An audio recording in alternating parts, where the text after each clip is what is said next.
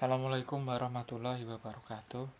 Menindaklanjuti dari pengumuman jumlah kuota siswa eligible dari MAN 1 Surakarta yang tentunya sudah ditampilkan pada website SNPMB tahun 2023.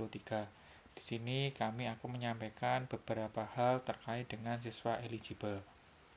Siswa eligible adalah siswa yang diberikan kesempatan untuk mendaftar PTN melalui jalur SNBP atau Seleksi Nasional Berbasis Prestasi. Sekolah dengan akreditasi A seperti MAN 1 Surakarta memiliki kuota 40% dari siswa keseluruhan. Itu artinya 40% dari siswa keseluruhan akan diberikan akses untuk mendaftar PTN melalui jalur SNBP. Tidak semua siswa akan diberikan akses dengan kuota dan peraturan yang dikeluarkan oleh SNBP. Bagi siswa yang terpilih masuk kuota siswa eligible, ini bukan berarti kalian sudah diterima di PTN, tetapi kalian harus bersaing dengan siswa-siswa lain untuk merebutkan kursi di PTN. Kemudian selanjutnya, jika nanti ada siswa eligible yang diterima lewat jalur SNBP, nanti harus wajib diambil. Karena kalau tidak diambil, itu nanti akan berdampak pada sekolah dan siswa. Untuk siswa sendiri, kalau sudah dinyatakan diterima, maka dia tidak bisa mengikuti UTBK SNBT. SNBP sendiri merupakan seleksi nasional berbasis prestasi. Dalam jalur ini tidak ada biaya registrasi, artinya siswa tidak diwajibkan atau siswa tidak perlu membayar untuk biaya pendaftarannya. Siswa bisa mendaftar di perguruan tinggi negeri di seluruh Indonesia.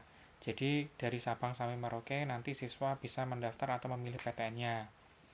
Kemudian mendaftar melalui sekolah. Untuk pendaftaran SNBP ini tidak bisa dilakukan secara mandiri oleh siswa, tetapi juga harus melibatkan sekolah. Nanti sekolah memiliki akun untuk mengelola PDSS.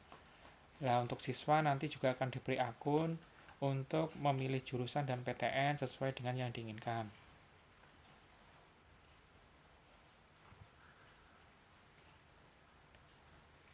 MAN 1 Surakarta memiliki akreditasi sekolah A, yang artinya akan diberikan kuota kurang lebih 40% dari siswa keseluruhan. Total siswa kelas 12 tahun 2023 jumlahnya adalah 387. Jika kita kalikan 40%, maka ada sekitar 150 siswa yang nantinya akan berstatus menjadi siswa eligible. Siswa yang memiliki kesempatan untuk mendaftar pada jalur SNBP. Untuk distribusinya sendiri, dari 150 siswa yang nanti siswa eligible ini, nanti 73 itu berasal dari program IPA, 60 dari program IPS, dan 22 dari program keagamaan. Nah, siswa yang sudah terpilih menjadi siswa eligible berhak mendapatkan kesempatan untuk mendaftar PTN melalui jalur SNBP. Tetapi perlu diingat bahwa jalur ini tidaklah mudah. Artinya, jika siswa sudah dinyatakan sebagai siswa eligible, itu tidak lantas diterima di PTN, tetapi harus bersaing dengan siswa-siswa dari sekolah lain. Perlu diketahui bahwa kuota untuk SNBP sendiri itu sekitar 20%. Nah, misalkan Universitas A itu memiliki program studi X dengan kuota 100 kursi untuk setiap tahunnya. Nah, untuk jalur SNBP itu hanya dibuka 20%, artinya dari 100 itu hanya 20 kursi yang disediakan pada jalur SNBP. Tentunya ini bukan jumlah yang banyak, tetapi sedikit, sehingga perlu pertimbangan, perlu strategi agar bisa memanfaatkan kesempatan mendaftar melalui jalur SNBP. Kemudian ada 8 faktor nanti yang perlu diperhatikan untuk bisa memiliki peluang yang lebih besar agar bisa diterima di PTN melalui jalur SNBP. Nanti akan dipandu oleh tim. Kemudian ada 3 strategi yang wajib nanti diketahui untuk siswa eligible agar memiliki peluang bisa diterima. Untuk kegiatan sendiri bagi siswa eligible nanti ada beberapa kegiatan yang wajib diikuti. Terdiri oleh pembuatan akun, kemudian verifikasi nilai ini pada saat PDSS, kemudian mendaftar. Itu artinya pada tahap ini siswa memilih PTN dan jurusan yang akan diambil. Kemudian terakhir itu adalah finalisasi, yaitu cetak kartu yang nantinya akan digunakan daftar ulang apabila nanti diterima lewat jalur SNBP. Nah, ini adalah konsekuensi yang harus diterima apabila siswa tersebut diterima di PTN melalui jalur SNBP. Yang pertama, tidak bisa mengikuti UTBK selama 3 tahun. Kalau tahun 2023 itu ada siswa eligible mendaftar lewat jalur SNBP, kemudian pada saat pengumuman itu diterima di PTN, tetapi tidak diambil, maka nanti selama 3 tahun yang akan datang itu tidak bisa mengikuti UTBK. Kemudian nanti dinyatakan diterima melalui jalur SNBP, maka siswa tersebut mendapatkan beberapa konsekuensi. Jika nanti tidak diambil, itu otomatis tidak bisa mengikuti UTBK. Jadi siswa yang sudah dinyatakan lolos otomatis nggak bisa ikut UTBK. Dan UTBK-nya nggak cuma 1 tahun, tetapi 3 tahun. 3 tahun misalkan tahun 2023 sudah diterima lewat jalur SNBP, nanti selama 3 tahun berarti 2023, 2024, 2025 siswa tidak akan bisa mengikuti UTBK. Kemudian beberapa sekolah kedinasan tahun sebelumnya, tahun 2022, 2021 itu untuk STAN itu mempersyaratkan adanya skor UTBK untuk mendaftar. Jadi apabila ingin mendaftar STAN maka harus memiliki skor UTBK terutama untuk bidang TPS. Jadi kalau misalkan sudah dinyatakan diterima lewat jalur SNBP bagi siswa yang awalnya itu mendaftar STAN, maka dia tidak bisa lagi mendaftar STAN karena tidak memiliki skor UTBK. Jadi saya sarankan apabila memang dari awal itu sudah ingin mendaftar di sekolah kedinasan misalkan STAN, itu lebih baik tidak mengambil jalur SNBP.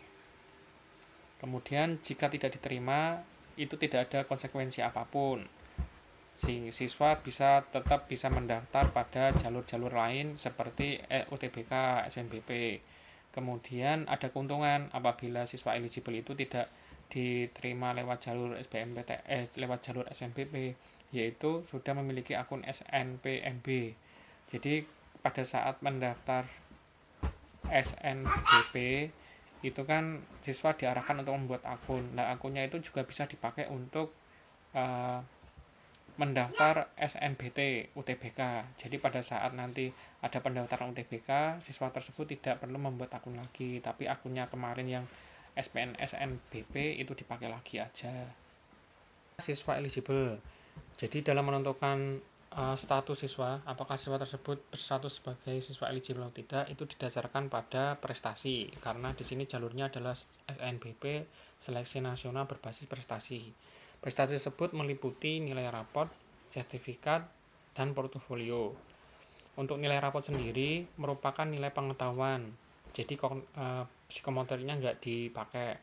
Jadi peringkat paralel nilai pengetahuan semua mapel dari semester 1 sampai semester 5. Nanti akan direkap untuk IPA sendiri, IPS sendiri, PK sendiri. Kemudian akan diambil sesuai dengan kuota siswa eligible-nya.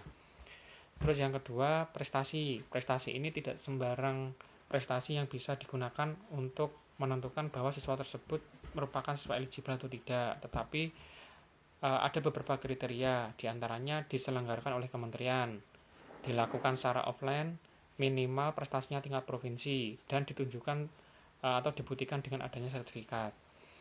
Nah, misalkan ada seorang siswa, dia tidak masuk kuota 40% dari segi peringkat paralel nilai pengetahuan.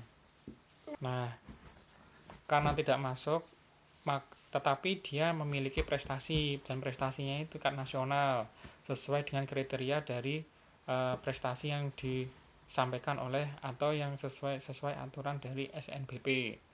Jadi misalkan ada anak, dia di luar siswa eligible secara raport, secara peringkat paralel, tetapi memiliki prestasi, misalkan bidang olahraga, juara 1 taekwondo tingkat nasional, dan itu diadakan oleh Kementerian Pemuda Olahraga, maka sekolah akan memberikan kuota khusus.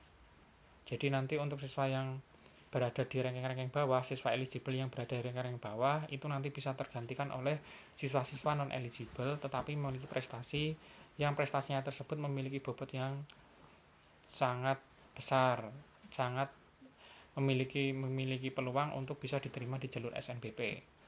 Kemudian untuk portofolio ini sesuai dengan ketentuan yang telah direview oleh guru. Jadi dalam pendaftaran SNBP ini untuk bidang-bidang keterampilan, misalkan seni musik, seni tari, kemudian di kafe dan lain sebagainya, itu kan diwajibkan selain mendaftarkan atau mengupload nilai-nilai yang ada di rapot, itu juga harus diupload atau harus mengupload portofolio. Jadi portofolio ini adalah hasil karya dari siswa itu sendiri yang nantinya akan menjadi penilaian tersendiri bagi panitia pusat untuk menyeleksi pada jalur SNBP.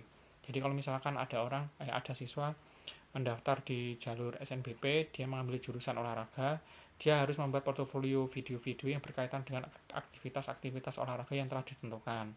Dan nanti setelah selesai pembuatan video, maka hasil karyanya itu atau portofolionya akan direview oleh guru dari Man 1 Surakarta, sehingga guru Man 1 Surakarta itu bisa menilai apakah portofolio ini sudah sesuai dengan ketentuan yang diberikan dari panitia SNPMB atau belum. Jika memang sudah, maka guru tersebut akan merekomendasikan portofolio tersebut kepada tim dari PTN agar portofolio itu bisa diupload. Jika sudah direview oleh guru dari Man 1 Surakarta yang berkompeten, maka selanjutnya nanti tinggal berkoordinasi dengan tim PTN untuk bisa mengupload portofolio tersebut.